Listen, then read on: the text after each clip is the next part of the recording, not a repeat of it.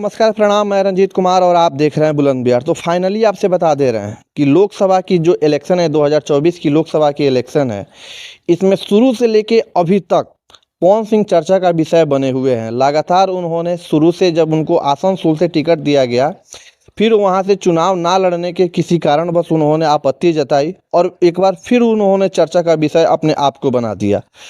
उसके बाद जैसे ही माहौल शांत हुआ, वहाँ से टिकट उन्होंने लौटा दिया।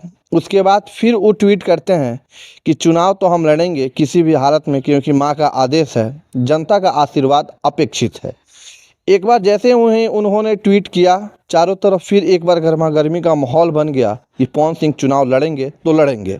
लेकिन बात आती है रविवार के दिन बिहार की 17 सीटों की बीजेपी ने घोषणा कर दी। जो भी प्रत्याशी थे बीजेपी की, उस सबका नाम का घोषणा कर दिया गया रविवार का। लेकिन रविवार के जिस पत्र में घोषणा हुआ था, उसमें पवन सिंह का नाम दूर दूर तक कहीं नहीं था।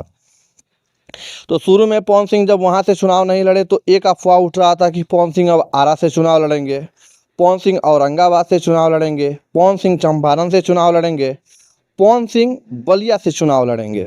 ऐसे तमाम जगहों का चर्चा का विषय बना था और पवन सिंह इस पे चुप्पी साधे हुए थे। लेकिन जब रविवार के दिन जब लिस्ट को प्रत्याशी बिहार में जारी किया गया बीजेपी के द्वारा, लेकिन जब उसमें नाम पवन सिंह का नहीं दिखा, तो फिर एक बार चर्चा का ये विषय बना कि आखिर पवन सिंह को जब बीजेपी बिहार में कहीं से टिकट दी ही नहीं, तो बीजेपी के द्वारा जब टिकट उनको नहीं मिला तो फिर चुनाव कैसे लड़ेंगे।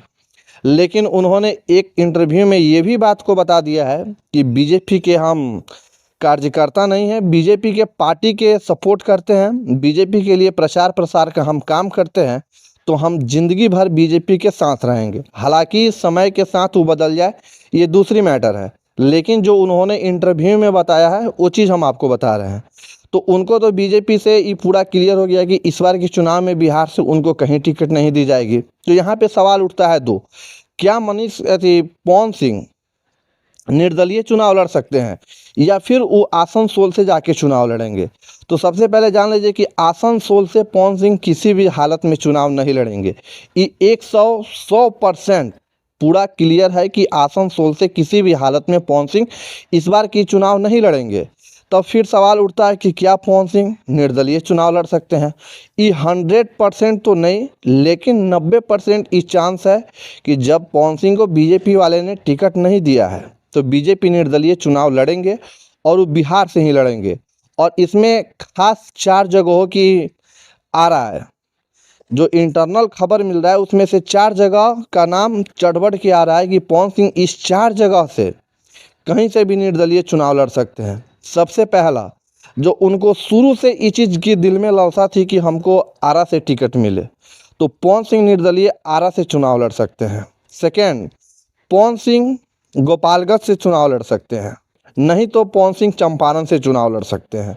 और ये तीनों जगह में अगर कहीं भी उनको चुनाव में निर्दलीय चुनाव नहीं लड़ते हैं तो एक जगह का वो भी 90% ही कन्फर्म है, औरंगाबाद। क्योंकि औरंगाबाद उनका ननिहाल है और वहाँ पे बहुत उनके प्रशंसक भी हैं और बहुत काफ़ी सारे मात्रा में उनके फॉलोअर्स भी वहाँ पे हैं।